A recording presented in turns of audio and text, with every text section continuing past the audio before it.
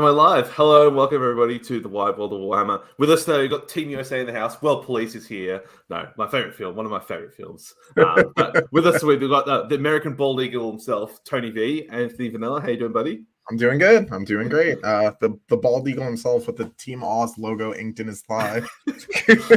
Hey, look. It doesn't have to make sense, but it sounds cool, right? But what does make sense, though, is the Spanish Heart-throb himself, Jaime Paris. How you doing, buddy? I'm doing great, man. Just trying to avoid getting tattoos here at all costs. Has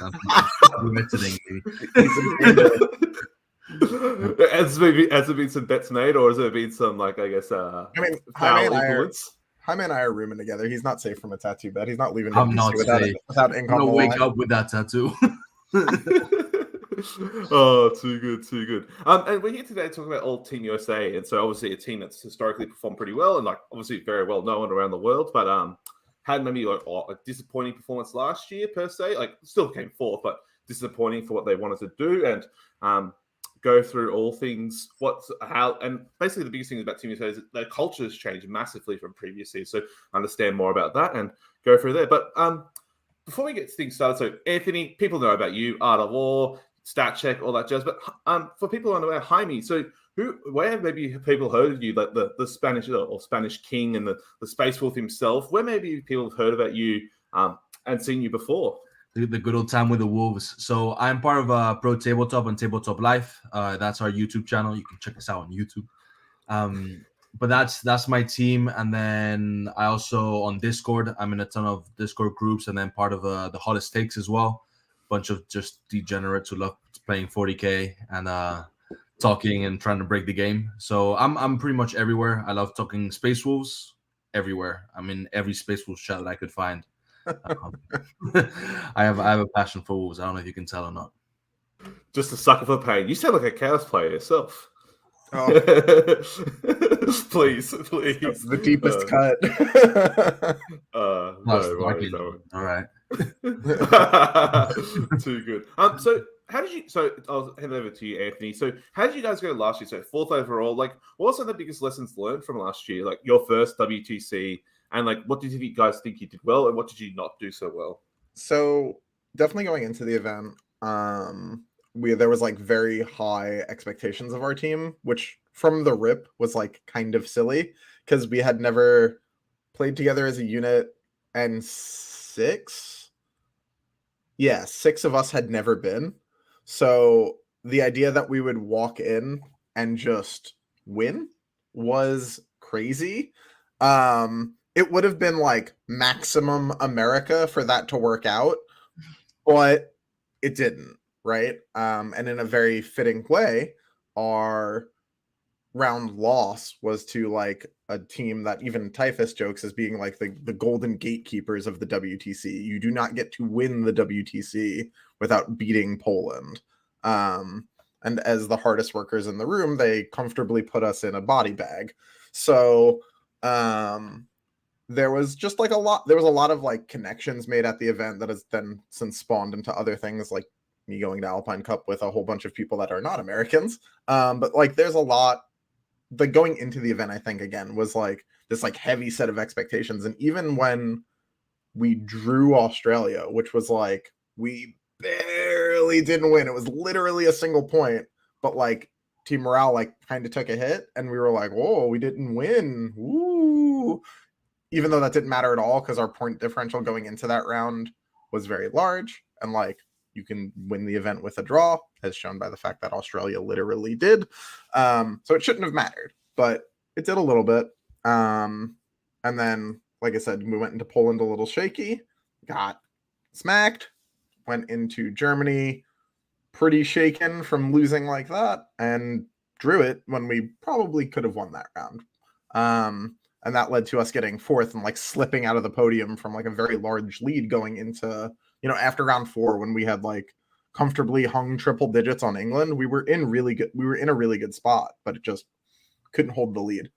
And I think since then, a lot of like rebuilding the team and rebranding the team with more practice and bringing on people with more teams experience, notably Jaime, has been good for like kind of building that resiliency, and doing these external scrims that we've not done before have been good for like building resiliency in the team of like, look, get exposed to the other environments. You can lose, you are mortal, you will lose.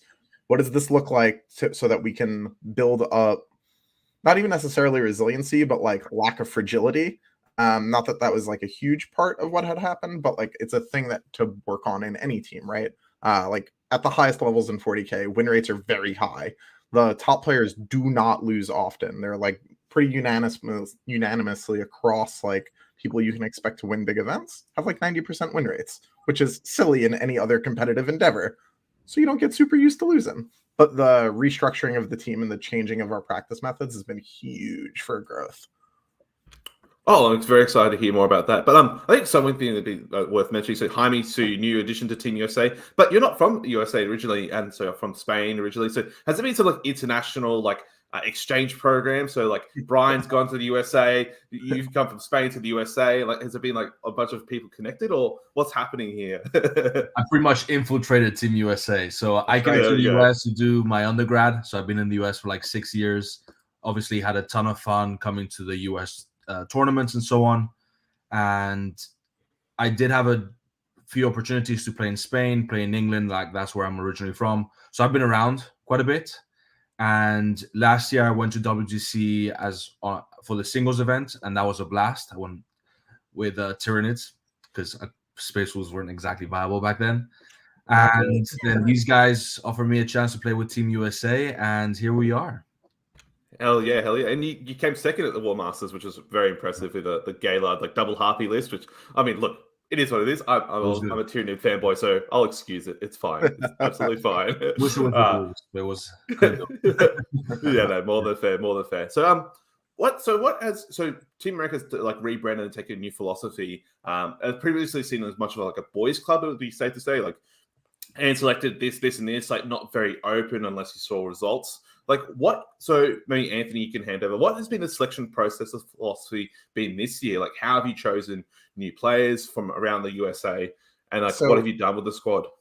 Yeah, so I've spent basically all time that I've had since last WTC, like either hanging out with, talking to, or being around other WTC teams to see the way that they do things, and because they're my very close friends, it's a pretty mutually beneficial thing. So I got to take a look kind of into like how are you actually doing this? Because transitioning into this year, helping first Brad and now Sean, I've definitely taken more of a leadership role this year than I was expecting to. I kind of came back to it like, we didn't practice as much as I thought we could have, or like in the ways that we thought we could have. I just didn't feel like we respected the event as much as we could have last year. And now it's like completely different. But through that has been me taking more of a leadership role, which has led to me being like, all right, well, if we'd like to compete at the level that these other teams do, we need national interest in this, because other countries have like year-long buildups to their WTC team selection,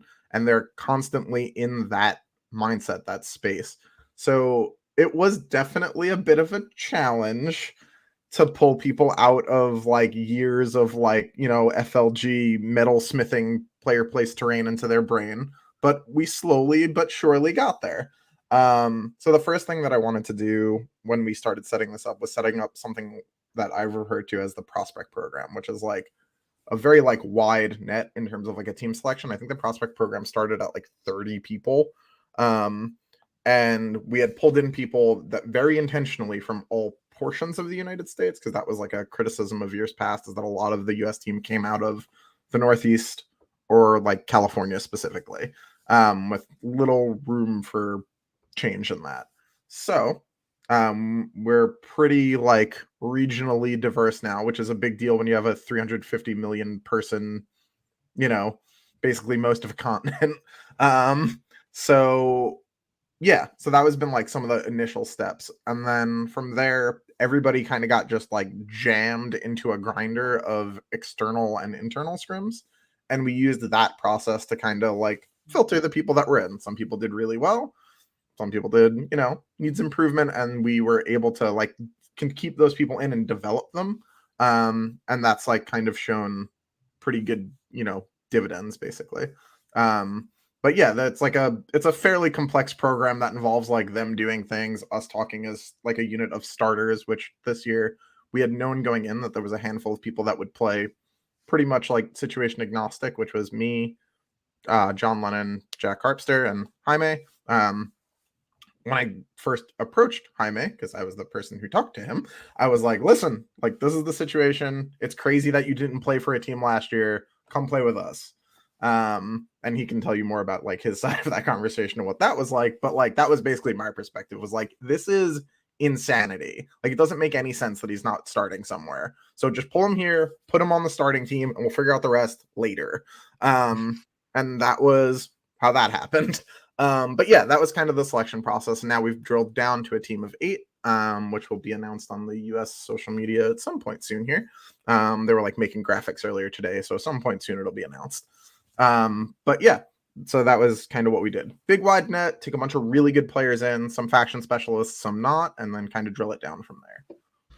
Yeah, fantastic. Jaime, so to Anthony alluded to, so what was that feeling like? So, like, Anthony just went out there like almost like college recruitment and tried to sway you in and bring you in, like persuade you with some money, or but maybe just like cost you some money and some a spot eventually. Anthony's charming, right? So he had me in the bag just from the first minutes. But for me, it was really interesting, right? Because I'm an outsider, right? So for me, it was the same concern you mentioned, Sam, before with the being a boys club, right? I knew what the team looked like last year and the previous years. Their process of like they just paid whoever they wanted to play with, right? So when Anthony came to me offering me a spot, it was actually one of my first questions, like, hey, what's the internal politics like? 'Cause like that's something I want to avoid. I'm not exactly interested in like a toxic team or whatever.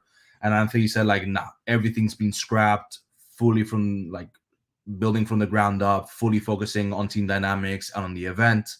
The focus that he was talking about and showing through the prospect program on focusing on team events, WC terrain, player dynamics, the pairing process, all that kind of stuff just showed me like that the team was ready to like fully commit to a team tournament. Unlike before, it's just smash the best players together and see if they can work together, right? Like, and it didn't work well. So the shift and focus to team event and team dynamics was what made it so attractive to me, because like that is something I wanted to get involved with. And the fact that like the prospects weren't only judged just on performance, but also on their team behavior, involvement, how they thought about pairings, just not only evaluating on performance, but also on ability to play on a team event. Because there's some incredible players who just won't make it on a team event because they won't like playing on a team, right? There's those big people who go out and just destroy events. But when you have to jump on a grenade, take a loss, be able to draw a matchup that's not favorable, all of that mindset and mental resilience was something that the process and the team really focused on this year, which I'm very happy to have been part of. And Anthony led most of it. It was tough, but hopefully pays off, eh? Yeah, absolutely. It'd be great to see it pay off. So Jaime, obviously you had a bunch of teams experience beforehand. Obviously, you alluded to hottest takes, like being part of that TTS Scream team. What have been some of the things you've seen from the American players have had to learn? Like, is it like a different play style? Is it the terrain would be one thing itself, as well as the team experience? Like, what have been some of the biggest things you've had to learn, or you think the American players who are prospects have had to learn? Sure. So in terms of terrain, everyone adapted pretty quickly. It's like playing a different terrain to a different tournament. Everyone was very easily adaptable to that. I think the biggest challenge was the pairing process. So understanding what your pairings are like, doing your matrices, spotting like little tricks that people put into the lists. Because at this level, when you're playing against the best players of every country, you're not going to see a meta list with no like tricks in the bag kind of thing. Like, you need to spot the assassin, the warlord trait, the relic combo. All of that kind of stuff takes a lot of understanding of how other armies work. And then also just knowing when you're wrong. Like the amount of scrims that we did where we built our little matrices and we were completely wrong in some of the matchups, like 20-0'd the wrong way kind of thing.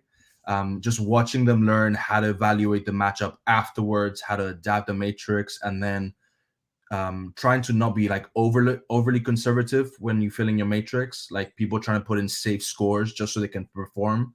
All of that pressure was removed. Like everyone knew that like, hey, you need to like guess what you think is actually going to happen and then try and deliver.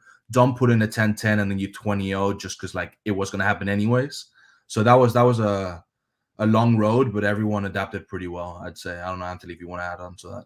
Yeah, I mean, like, I'm probably honestly of even like prospects included the most guilty of being like, look, it's gonna be a 12, and then coming back and be like, I don't know, you made some mistakes and I 20 them. But that was Let like, me charge him. I don't know what to tell you. I don't know what to tell you. He walked in the charge range. I'm playing world leaders. It got crazy. Now he's gone. I don't know. But like that's been like a very interesting process because I think so like the singles life is so deep in America that like when you ask them to fill out people to fill out a matrix the first time, they're like, oh, I win this matchup 20 times out of 20, right? In their head, they're like, easy. He can't interact with my scoring. I'm getting 100. I got to make him not get 100. Done. 20. And it's like, no, that's an 11 maybe.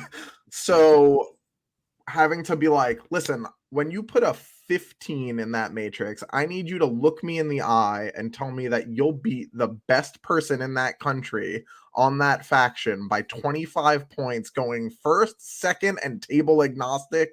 What are we doing? Like, that matchup better be free as shit, and I expect you to come home with a 20 if they make any mistakes. So having to have that conversation like a couple of times, like after the first couple, people were like, oh, okay, I understand. Like you would even give them like a fairly easy matchup. They'd be like, I got a 14. And I'm like, first, good job. Second, see what I'm saying? And there was a lot of like showing, which I found a lot easier rather than telling, because you can tell someone until you're blue in the face, and then you get to the table and you're like, oh no. It's just a very different experience. It's too good, too good. So those booyahs, which are the clean as hell, that Yes. 20s, sometimes go skewed a little the other way, but it's a learning experience for sure. It's a learning experience for sure. So, have you found like generally? So obviously the USA is a vast country, like a couple other countries around the world. Have you found like different play styles or the way, approaches to the game? So obviously, Jaime yourself, like you were based in Georgia for a while there, so the south per se.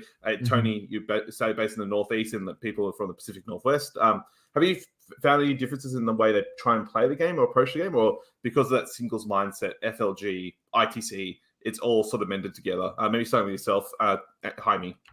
Sure. So I think it absolutely does change. Like the country's so big and the distance is so big. You don't have people in Georgia playing in the north, right? So I think I wouldn't go state by state as a country, but like the regions are like just people focus to their local areas. They'll drive 3-4 hours. But you can cross a lot of countries in Europe in 3-4 hours.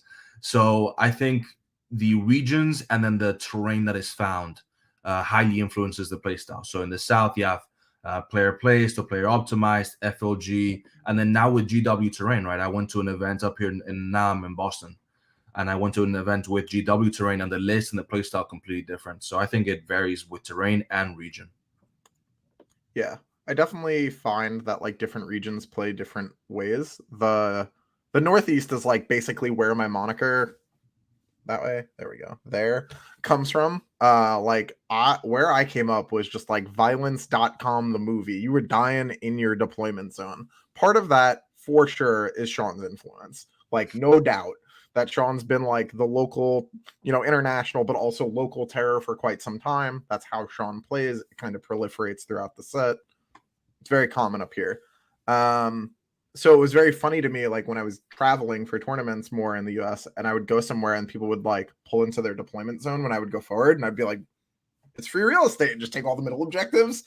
And then they would come out on like turn 4, but I'd been getting, max primary for X amount of turns. So yeah, like you see all these like differences where people try to like build to limit your secondary scoring and then like don't think about the primary as much.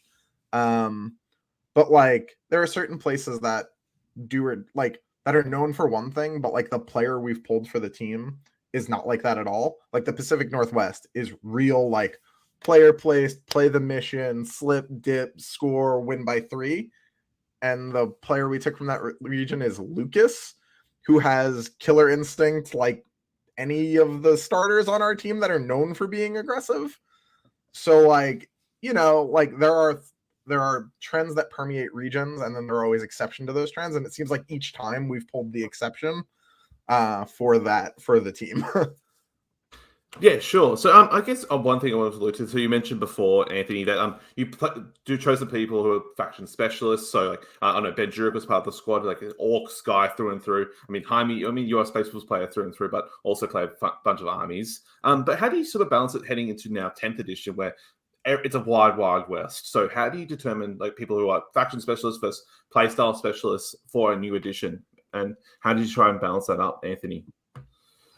We try. So the way the process has gone so far, and we're kind of early stages for this, is that generally we'll have like the faction specialist that is like very like focused on like the part of his faction they love, right? They're like, bam, I love this thing. I want this thing to work. You know how it is with like real specific stuff. They get very focused on the thing. They want the thing to work. So there's like people that also play that faction, and we just kind of like shove those two in a room and let them figure it out together. That way it's like you have some inherent bias of like said faction person that's been playing for a long time, right? Like the easiest example of this that I can think of is like in one of the factions that I play is CSM, right? Hellbrutes have been dog shit garbage for as long as I've played this game. And now they have like a pretty reasonable buff you can do. So people really want to put them in lists. Unfortunately, those fucking things still move 6 inches. So no good. But like if I had been like a long time mono CSM man, I'd be like, now is the time to shine. We are hell brute gaming. But like, you know, you need kind of someone to like, you know, hit you with the spray bottle and be like, stop, enough. If it's bad, it's okay that it's bad, but it is still bad. But you need that blend of like realism and also like, you know, ingenuity and creativity, right? And as long as you have both, I think you're good. And that's kind of been the system we've been employing. Jack specifically is like the cute police. He's like, why do you not have 3 of the broken unit in your army? What are you doing? Why is there, you better have a good reason not to have 3 of whatever that horrible thing that Games Workshop has designed in your army. But yeah, that's kind of been like the process so far, but it's still like super early days, so it's hard to say. Sure, that makes sense. I guess like get people in the room and then get them to figure out as we go. Was part of the philosophy when picking people is like how you will be maybe forced to switch factions, or would you give those faction specialists the chance to play their faction? I mean, so Lennon loves Marines like almost, very importantly, almost no one on the team does. And we were just like, sorry, bro, that's Jaime's, unlucky. So like to some extent, like people have been, you know, if they're specialized and they're very, very good at it, they've been allowed to like hold on, you know, allowed to hold on to their factions, like prove that it can work, right? Show me the work. That's kind of been the theme of the team this year is like, we will not show up being outworked this year. So if someone has an idea, even if it sounds batshit insane, put it in TTS. If you beat half the team with it, can't be that bad, right? So if that works, it works. But that's kind of like the thought process. Sure. Yeah. So, I mean, handing over to you, Jaime. So, what's been the process now for 10th edition? Have you guys like taken a break? So, obviously, up until when the indexes and points dropped, were you guys taking a break, or were you still doing scrims? And now that 10th edition indexes have dropped, are you guys all in, like doing deep dives, getting games in? Or what's like the process now for Team USA? Sure. So we did scrims all the way until the end of 9th edition.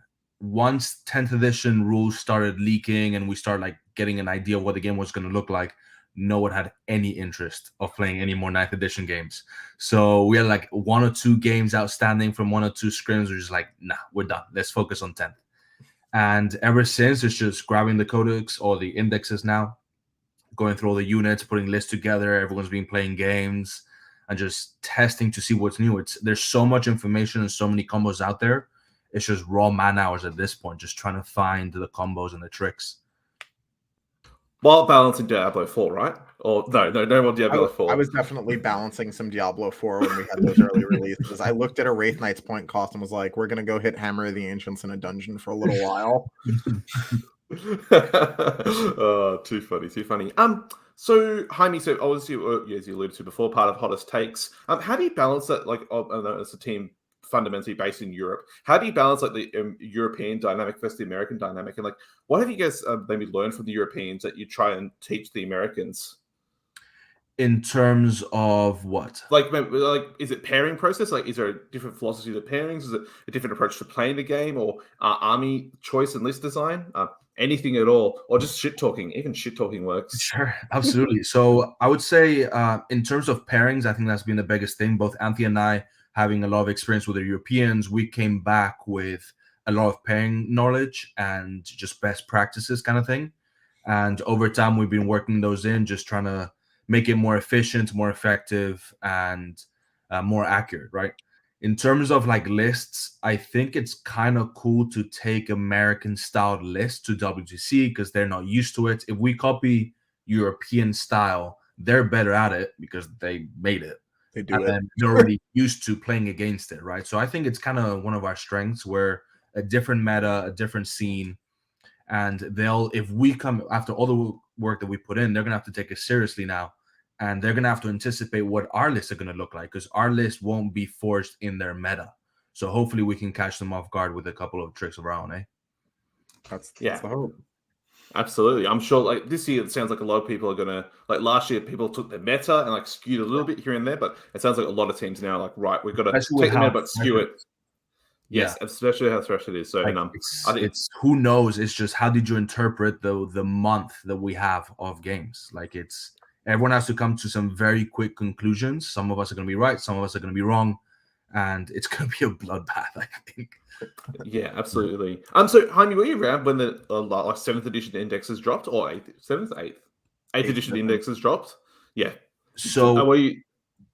I started just at the beginning of 8th, so I do remember what they looked like. They were like these gray books, right? Yes, massive books. Yeah. But I played with my brother for like the first year, so. Sure. Yeah. No, fair enough. So I guess handing over to you, Anthony. Have you relied on Sean or like past Team USA players a lot to understand more of the Maelstrom cards and how they all Maelstrom cards, the tactical cards, whatever the hell they're called, lot to understand how it works? I kind of just like relied on the fact that like the overwhelming majority of my friend group at this point is like people that have been at WTC longer than I've been like out of high school. So like it's been very helpful to just be like, what are we doing? You know? And like it was mostly the explanation like going in, because when they said that they were coming back, I used to play like card games was like a thing that I did, right? I played Hearthstone and like a bit of Magic and like some other stuff. So I was like, listen, I don't need like a card game in my dice game. Like, what are we doing? And then being able to like calm me down a little bit helped. And then like I looked at the Leviathan cards and they're all such a joke to score that it doesn't even matter that it's a card game, because half of them are like, how many fingers are on your right hand? 5. That's how many points you score. Yay. So yeah, like that stuff that I was like initially very worried about, but since as time has gone on, it's just been like, I play games, play a lot of games. I know how to react to new things. We'll figure it out. Sure. Well, you'll have to figure out one way or the other, right? I mean, right. There's no choices at this stage. Yeah, it's here now. Unlucky. Let's go.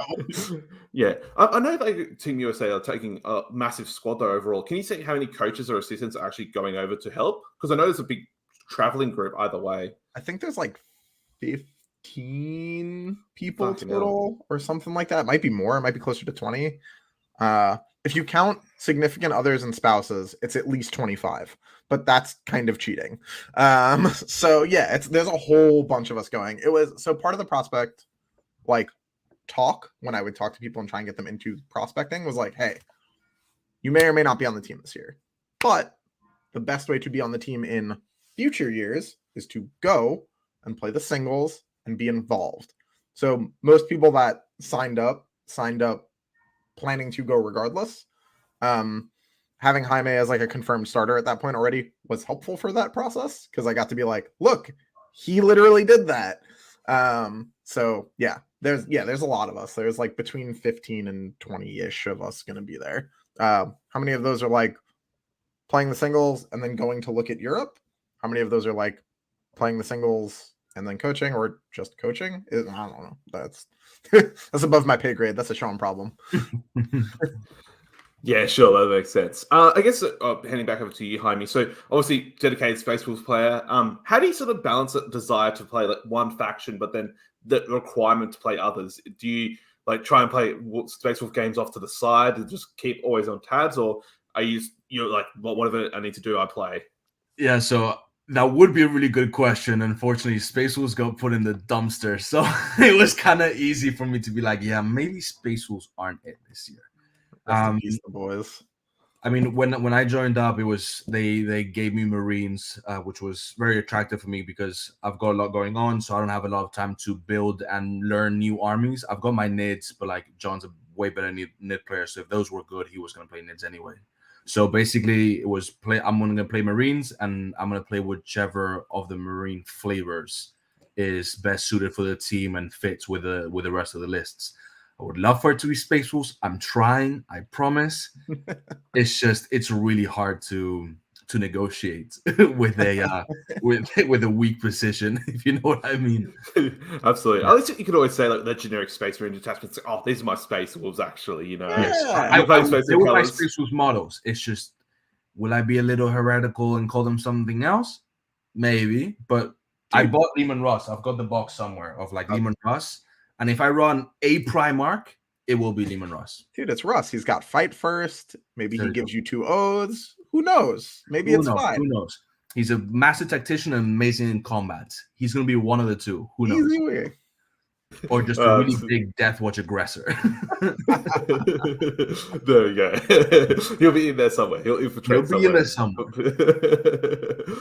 So Anthony, as you said before, so you attended Alpine Cup, so a bunch of people from Team Poland and stuff like that. And that was your first time, like, I guess, you've obviously scrimmed against people from Europe and stuff like that. Yeah. But first time being part of the team with Europeans. What was that experience like? And like, what did you learn from the Polish and how they did things that maybe you hadn't done previously with Team USA or other teams? It was really nice to be not the organizer for the team. So like, as much as I like have enjoyed being part of leadership this year, it was nice to be on a team with essentially like 3 captains and Brian, who has also stepped into more of a leadership role. So I could kind of just like chill out, you know, like my role in the team was like play world eaters. We don't know what you're going to score with this, but neither does the opposition. So like, good luck. So it was, I mean, like the way they do matrices was really good. This is like a thing I've talked about in the past, was that like when we were at the event last year, we used like precise estimations, which like for anyone that hasn't done a team event is a really crazy thing to ask of your players. Like, I'm going to get a 13. Like, oh, you're going to be right within 5? Oh God, that's so much pressure. So we like, that's like one of the things to be able to take from that. It's like, hey, we can just like stratify this into ranges and make it a little bit more reasonable for the player to provide an accurate estimation, right?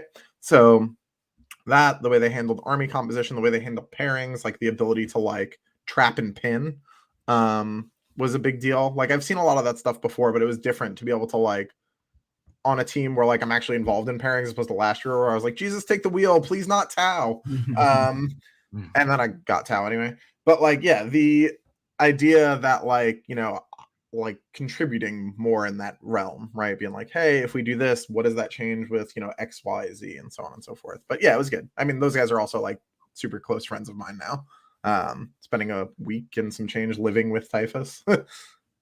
Yeah, just getting Polish and stuff like that. So yeah. Lovely. And so yeah, I'm saying, so it sounds like any of the army design as a whole changes how the pairings work for them. They take that into consideration, which is awesome. Yeah, it was crazy. We didn't take guard at the time, which was like blasphemy. But it just like, because we were using Iron Hands to table pull, there's only so many open tables, and guard with a closed, like a Alpine terrain is very dense. So like if you had a closed table on that as guard, you're just like actually not doing anything and just getting hit in the mouth. Not so good at that. No, fair enough. So handing over to you, Jaime. So obviously, it sounds like you guys got a bunch of international connections and friends overseas and stuff like that. But a bunch of friends are on opposing WTC teams. How do you guys balance? Like, obviously, want to talk to them, talk lists and ideas and like cute combos and strategies, while also, I mean, as part of WTC, right? Any information you can gather is important, right? And you can hold it close to your chest. How do you balance that relationship of like keeping your cards close to your chest and some cute combos, or what your team lists are looking like, versus being a good friend and talking in group chats? I'm starting with you, Jaime, then maybe you can talk after. So I can talk at a personal level, I guess. So having so many friends in so many different countries, and most of these people being like top players in those countries, over the entirety of 9th edition and 8th edition, it was always building lists together, coming with ideas, testing, refining, playing each other's lists, coming back with like feedback on how to make it better. But now that 10th edition is such an information war, because everyone has such little time to figure this stuff out, it's been really hard. Like, Arn, I want to text Arn every single day about my Space Wolves list so he can make it work so that I can prove to these guys that Space Wolves are real. They're not. But I can't text them because if it were to work, I don't want them to know about Space Wolves kind of thing, right? So Yep. It's been tough. It's been tough. I don't know about you, Anthony. Yeah, I mean, like, yeah, it's definitely a thing, especially with like literally like all of the friends that I've made. It's not like I have teams on like friends on teams I don't expect to see. It's just like all the teams we have to play if we want to win. Yeah. So I can't like there are some like we have a very close relationship with Team Canada, which is great, and like some of our friends on Team Scotland and stuff like that. Like strong teams, not super likely to outplace like the Poland, Aus, Germany, England, us, right? Sweden, so on and so forth. But like it is funny to be like, oh yeah, it's really never mind. Yeah. Like you're like, oh, that's not whatever. Like unsend, unsend. Delete, and you're like, no. It's fine that they think Death Guard's awesome. Like, go play. You should. Yeah, get in there, bro. They're disgustingly resilient. Fuck yeah. Hellbrutes, bro. Hellbrutes, baby. Hellbrutes, bro. Get in there. You shoot at an enemy, that guy's contaminated now. Fuck yeah. Just don't look at your movement characteristic. If you don't look at it, it can't hurt you. So yeah, there's definitely like a degree. It's like actually like more seriously rather, like one of my least favorite parts of the event is that like everyone slips into like misinformation mode, and it's like, oh, it's one thing to be like, I don't want to tell you that because like we have to compete later. It's a very different thing to like actively deceive. It's like, all right, but that's the game. That's the game people play. So that's where we live. Yeah, and it's not even like jokingly trying to mislead information. You're like, or like throw out like bullshit takes. It's like, oh, it sounds always legit, but I don't know if they're true or not. Sometimes, yeah, you're like, do you really think that? Yeah, some good old espionage, that's for sure. So, yeah.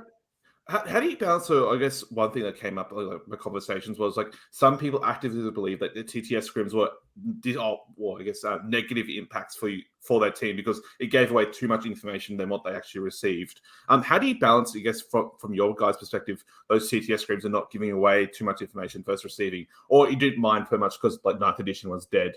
I think we're uniquely positioned in this because like most of our team is very camera facing so often, so that like if you want to learn something about how basically any of us play, just fucking type it into YouTube and you'll get an answer. Like it's not that hard to see any of us play.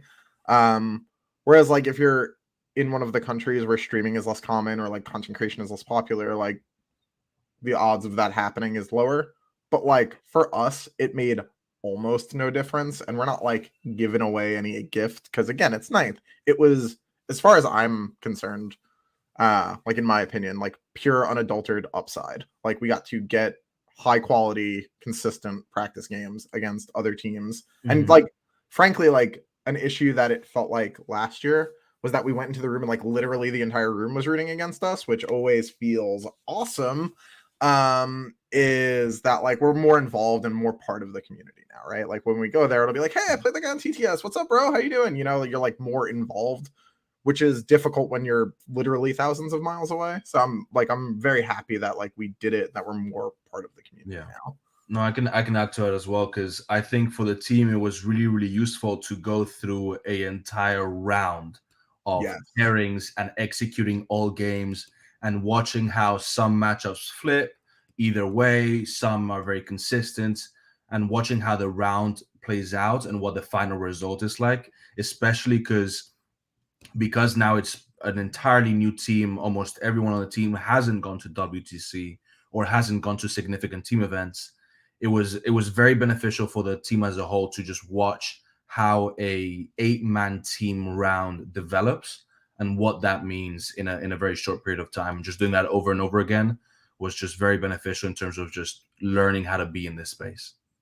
Yeah, that makes sense. I guess one thing that's leading up to WTC is the War Master. So Jaime came second last year, but traditionally Team USA policy has been absolutely no bueno for War Masters. Is that same approach happening for people on the playing squad? Very technically, Sean has a public and like, very clear with all of us that he would never prevent any of us from playing the singles. If anyone chooses to play the singles, they may do so. Most just choose not to. As a general rule of thumb, though, like if you're watching this and you're one of the people, don't fucking even think about it. I'll show up under your bed because I'm not the captain and I can say that. So we need people fresh and focused.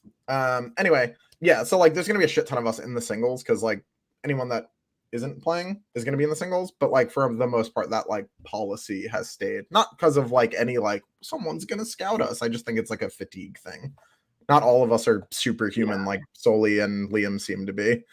No, I don't know how they did it. I played at the singles last year, and you don't know where you are by the end of the tournament. So going and then playing the real, like the important one, it's not viable, man. It's you can't do it. It's dude, if you can do it, salute. But that ain't me. I did last year. I'm not doing it this year. Yep. It's just. I'm already stressed enough. I don't need to be mentally exhausted as well. Yeah, double stressed. That's good. Also, the food in Mecklen's great. Take a couple nights, go eat, hang out. That place is awesome. Yeah, that sounds interesting. Like, I think it's interesting. Some teams have said like, yes, everyone's playing the World Masters because any 10th edition rep is vital for them, and like you need their repetitions. But who knows? We'll see at the end of the results what happens. It's different to other editions because other editions you didn't need the reps. Now every game matters, right? So it's there definitely is upside. It's just it's exhausting to play so many high quality because you play the best players in the world, singles, then in team format. It's tough. You gotta pick what you want to do. Yeah, and then like some teams are taking obviously different lists for the singles and then different lists for the teams. Like kudos to them who can do it. Learn two different lists, different armors even. Yeah, I need to learn one right now. We'll see what happens.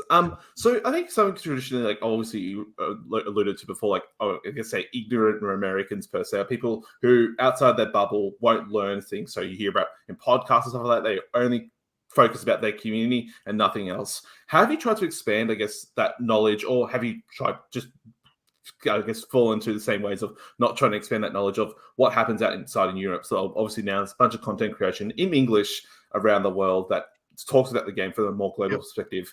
Have you tried to, I guess, influence the players and trying to understand, hey, look, this is how the Polish think, this is how the Germans think, this is how the English think? Or have you like, no, we'll just stay to ourselves and go from there? Maybe start with yourself, Anthony, and then I can hand it over to Jaime. Yeah. Or you could disagree, say, no, the Americans know everything about the world. It's fine. No, we definitely don't. That has been like an instrumental part of my, like the traveling that I've been doing has been learning and like, taking bits and pieces from different places and being like, that's really useful. I'm gonna try and do that. So I think that's been like instrumental for us in terms of like bubble breaking, basically, has been that like once a week we meet up as like a unit, like everybody, on like Wednesdays in Discord. We all hang out and then we all go play practice game. And like we have like a team like meeting that we all talk about like a thing that relates to teams. The starters like all weigh in with their various like experience and expertise on it. Then we break out and play practice games that people can like go from table to table and check out. And that has been really good for just being like, yo, I know that you can hide over there, but what happens if I come to you? Or, vice versa. Like, what if you don't come to me and we're both just like weird dancing around the edges? Like being able to see like, A, who does the dance better, or like B, like what happens if we have to fight, has been instrumental, I think, for changing up people's like pre-made assumptions of like, what's up with certain things. Like one of the examples is like, there was like certain elements of the team that were like, surely being that aggressive doesn't work. And I took Votan, which isn't very good, and like threw some people into a, alleyway. And they were like, oh, if I don't have a plan for getting rushed, I do just die. Okay. And then those people were able to adapt and learn and improve, in the future with that. But like, just like little things like that. Like you don't know until you know sometimes. Yeah. I think in terms of learning how different countries play and their approach to the game, I think that's going to require us going to WTC a couple more years. Just one, getting more involved in their scene, and two, just being exposed to those countries. These scrims help a ton, but those scrims, normally they're trying out new players, they're trying out different combinations. So it's not their full like approach to the game. I think what's been really helpful has been learning how a team tournament is completely different to individuals. Like at a singles tournament, you win by 1 point. That's all that matters. That's what you expect your opponent to do. At a team tournament, if you go into a 20-0 matchup in your favor, your opponent's win condition is to get like 15-5 or even like a 10-10. If they get 10-10, they've destroyed you, kind of thing, right? So it's realizing that you're no longer trying to win by a point, and neither is your opponent. Your opponent might play completely passively, or, as Anthony said, throw the kitchen sink at you because they know they're going to get 20-0'd. But if this works, they're going to win the matchup, right? So it's a different way to look at matchups and anticipate what your opponent's going to do. Like if someone goes assassinate and grind and whatever, they're going to throw the kitchen sink at you. Yeah. Like suddenly they take complete passive secondaries like R&D, and they just want to get 55 points so they don't get 20-0 kind of thing. So that's been really interesting to just adapt to for the team as a whole.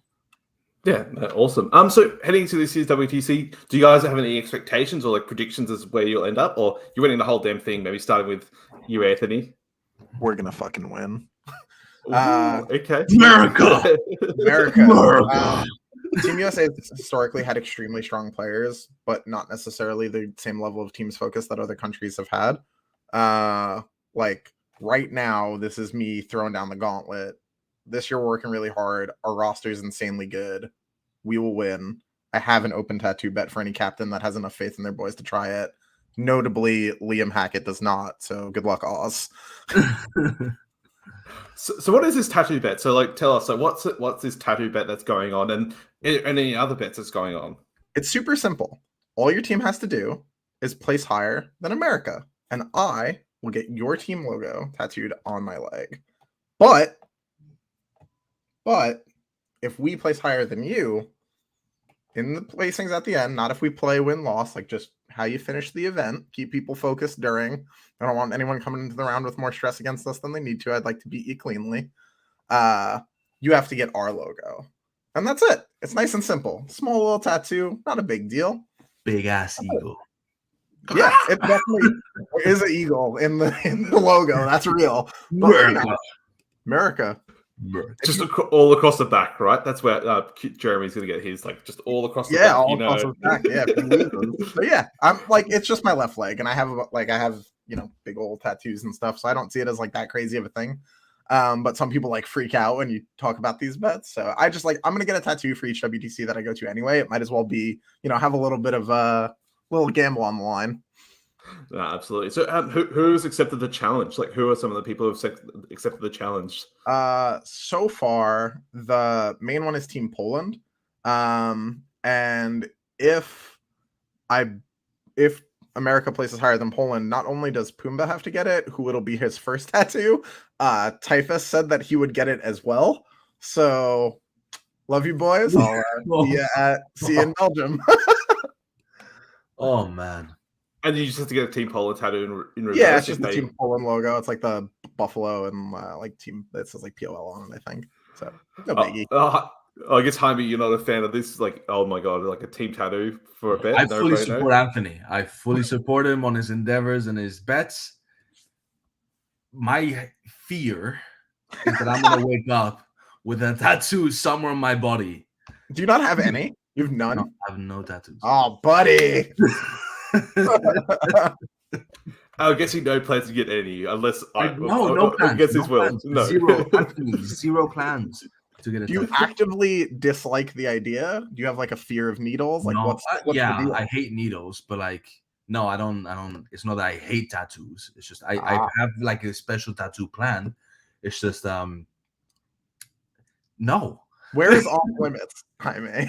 Where can't we put a thing? Anywhere visible where I'm wearing a business, like casual. Oh yeah, you're a business dude. So easy. So your thighs, easy territory. Yes. Perfect. Nailed it. We're in. We're like 90% of the way there. We got a spot. This will be fine. Do some drinking in Belgium. We'll sort you out. Damn. Just run away, Jaime. Run away. But so, Jaime, so obviously, after this conversation, so are you now full-blown American, bald eagle, all the way through and through, or have you still got a Spanish heart, or even not until English? I get my green card? No, it's like you agree. Until Well, then, very I always have Spanish. No, man, I love Spain. I had the opportunity to go to a lot of team events with Team Spain when I was there for a year. I went to like 5 or 6, won all of them with them. Like it was great. I love guys in Spain. So yeah. Did you get to go to Talavera and stuff like that? Also, Talavera is like a massive team event for people who aren't aware in Spain. So, yeah. So I'm from Madrid and I live in Madrid. But we have a countryside house 25 minutes from Talavera. And I go to Invasión Talavera every weekend when I'm in Spain to see Carlos. Carlos runs the place, amazing store, great dude. Like they put on some great tournaments. And I live there and I go there all the time. They're incredible. If you go to Talavera, go to Invasión Talavera. Super cool store. Like he has, the really big boxes that like come at the beginning of editions, that kind of stuff. He has like super old ones as well. So you always find some really cool relics. Yeah. It's a cool store and they have a ton of playing space as well. So highly recommend. Oh, that's awesome. One day when I go over to Spain, I'll go there. So yes, please. Although Madrid though, Real Madrid though, but that's okay. That's all right. We'll leave that alone. That's all right. We'll go there one day. So this is it for the show though. So, but before we wrap things up, so Anthony, any final plugs or shout outs you want to have? No, not anything crazy. I'm a coach through Art of War. I'm a contributing member of Stat Check. I love my boys on both sides of those various content creation outlets. Huge shout out to them. We're doing what we can with 10th, folks. It's a bit rough out there. It is. They made some mistakes. Keep your head up. Focus on WTC. That's what really matters anyway. Absolutely. Jaime, any final plugs or shout outs for yourself? I already did the shout out for Tabletop Life and Invasión Talavera. I think keep an eye out on the Team USA 40K social media stuff for the team. That should be coming soon, as Anthony said. Yep. And thanks to you for having us, man. It was a lot of fun. No worries, absolutely. Has there been any word about your update? I knew there was like a Tabletop Life app or anything like that. It was supposed to be like some website about rosters and stuff like that, or has that fallen to the wayside for the time being? I was working on a platform called Livehammer. The idea was to have like synchronized lists on your devices and automatically converting into different things. But unfortunately, my coding skills are pretty bad, so that's on the side as I get better at it. It's a work in progress. Okay. Fair enough. Call ChatGPT. Do it for me, though.